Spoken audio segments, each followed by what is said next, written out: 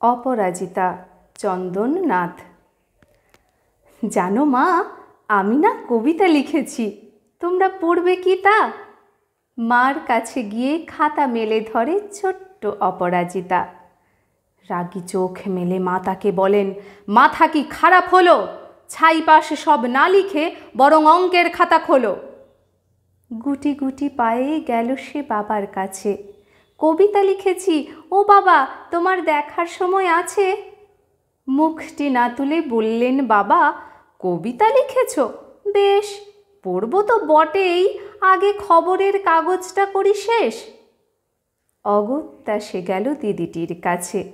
ডাকল সে, দিদি আয়, দেখ না কেমন ছবিটা এঁকেছি ছোট্ট এ কবিতায়। দিদির দু চোখ টিভির পর্দায় ঝলমলে রোশনায়। বলল, কবিতা তুই লিখেছিস? কবিতা না, ওটা ছাই। অপরাজিতার চোখ ছলছল, বুকে কান্নার ঢেউ। তার লেখা এই প্রথম কবিতা দেখল না পড়ে কেউ। একা ঘরে বসে সামনে তাকালো মালাতে সাজানো ছবি। স্নিগ্ধ দু চোখে রয়েছেন চেয়ে সহজ পাঠের কবি। কবিতার খাতা মেলে সে ধরল, ঠোঁট দুটি থরথর।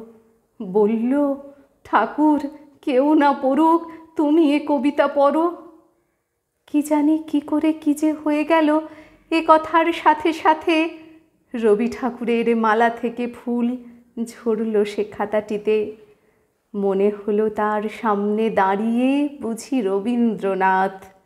মাথার উপরে রাখলেন তাঁর আদর মাখানো হাত।